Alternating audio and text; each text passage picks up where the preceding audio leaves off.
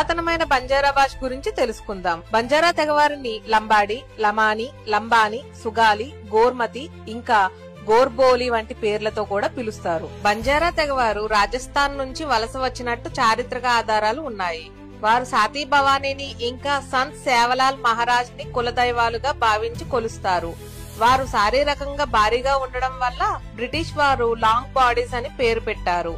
దాని నుండే లంబాడి అనే పేరు వచ్చింది.